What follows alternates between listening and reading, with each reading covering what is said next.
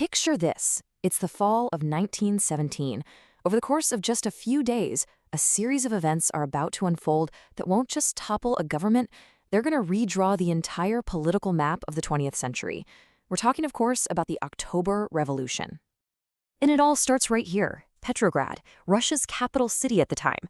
The seat of power, the famous Winter Palace, is captured. But here's the thing. Power didn't change hands through a vote or an election. It was seized in an armed uprising. And the fallout from this single event, it was absolutely monumental. This was the birth of the world's first large-scale constitutionally socialist state. From this moment on, communism wasn't just an idea in a book anymore. It was a major global force, one that would inspire movements, spark revolutions, and define international politics for decades to come. That's the million-dollar question, isn't it? I mean, this was not a sure thing. The Bolsheviks were just one radical group among many. So how on earth did they pull it off? Well, to get that, you've really got to look at the state of Russia itself. You see, Russia in 1917 was basically a giant pressure cooker with no release valve. The whole country was reeling from years of a disastrous war, massive inequality, and just total political instability. The conditions weren't just ripe for revolution. The country was absolutely desperate for it. So, the year kicks off with one revolution in February that gets rid of the Tsar. But the new provisional government, it just couldn't fix any of the country's deep, deep problems. By July, after massive protests were crushed, it looked like the Bolsheviks were totally finished. But then, and this is the key part, a failed military coup in August, the Kornilov affair, completely changes the game. It creates the perfect storm for the Bolsheviks to swoop in and grab power in October. And this right here shows you just how deep the crisis really was.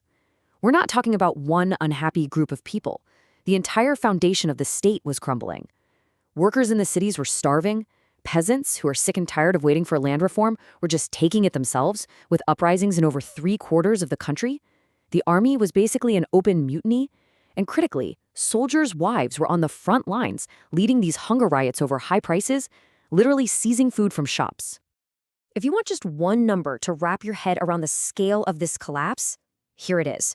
Over 1 million workers went on strike in just 2 months. 1 million. This wasn't some fringe movement. This was a nationwide shutdown. Now, the irony of this slide is just incredible.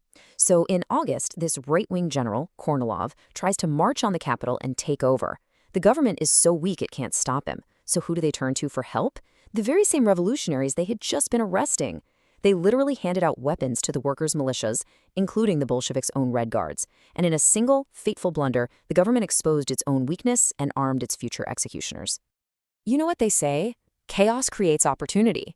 And in this moment of pure, uncut chaos, one man saw his chance and had a crystal clear, absolutely ruthless plan to take it: Vladimir Lenin. To really get Lenin, you have to understand this one core idea. He did not believe in just waiting around for history to happen. No. His whole theory was that you needed a small, tightly organized, disciplined group of professional revolutionaries, the Vanguard Party, to act as the brains of the operation, to lead the working class, and push it towards revolution. So, after the first revolution in February, Germany, in a brilliant strategic move to destabilize its enemy, helps Lenin get from his exile in Switzerland all the way back to Russia. He arrives at Finland Station with this bombshell of a plan called the April Theses. In it, he immediately calls for an end to the war, the overthrow of the government, and all power to the workers' councils, known as the Soviets. Let's be clear, he wasn't there to cooperate. He was there to take over. And Lenin's strategy was just methodical. First, he relentlessly hammered the government for staying in the disastrous war and for letting people starve. Second, his message, peace, land, and bread, was simple, powerful, and it was exactly what everyone wanted to hear. Third, it worked. By the fall, his Bolsheviks had actually won control of the key political bodies in the big cities. And with that popular support behind him, Lenin finally pushed his party to act. On October 24th, the order was given. So the Bolsheviks seized power. But that wasn't the end of the story, not even close. It was the beginning of a radical and, often brutal, attempt to build a totally new kind of society from the ground up. One of the very first things they did was issue the Decree on Land. And this was just a brilliant political move. It basically made it legal for peasants to do what they were already doing, seizing land. Just like that, the Bolsheviks won massive support across the countryside. Private land ownership was gone overnight. And the changes just kept coming, fast and furious. All the banks taken over by the state. The old empire's massive foreign debts just canceled. Factories were put under the control of the workers themselves. The 8-hour workday became law, and the immense power of the Orthodox Church was broken. They were literally remaking society by decree. But to hold on to power and force through these kinds of radical changes, you need another kind of tool. In less than 2 months after the revolution, the Cheka was born. This was Lenin's political police force, the instrument that would carry out the Red Terror against anyone who stood in the way. This was the start of something very new and very ominous. And you better believe they had opponents. The Bolshevik takeover didn't unite the country, it plunged it into a devastating civil war. You had the Reds, the Bolsheviks, fighting the Whites, this loose coalition of everyone else. Monarchists, liberals, other socialists, all of them backed by foreign powers. It was a vicious conflict that lasted for years and killed millions of people. So once the actual fighting was over, another kind of battle began. The battle over the story itself. How the October Revolution would be remembered became just as important as the event itself. The official Soviet version, the one taught to generations of school kids, was this epic tale of heroism. It all centered on the storming of the Winter Palace, a climactic, glorious battle against die-hard defenders. And this image was burned into the public mind through dramatic paintings and most famously in Sergei Eisenstein's incredible 1928 film October. But here's the thing.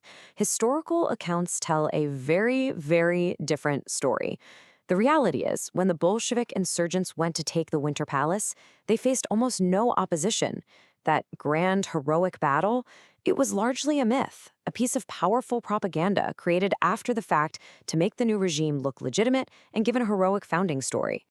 So this whole debate has pretty much split historians into 3 main camps. First, you've got the official Soviet Marxist view, which said the revolution was an inevitable triumph of the working class. Then there's the traditional Western view, which saw it as nothing more than a conspiratorial coup by a ruthless minority. And then you have the revisionist historians, who argue for history from below. They say, hey, wait a minute, there was real, genuine popular support for the Bolsheviks, arguing it was way more than just a simple coup. But look, no matter how you interpret the how or the why, one fact is just undeniable. The October Revolution created the Soviet Union, and it kicked off the central ideological battle of the 20th century, communism versus capitalism, a conflict that would fuel the Cold War and shape the world that we all live in today.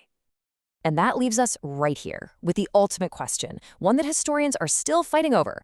Was this a moment of true liberation for millions of oppressed people? Or was it the tragic beginning of a new and terrible form of tyranny? The answer, it seems, really depends on how you choose to read the story of those 10 days that shook the world.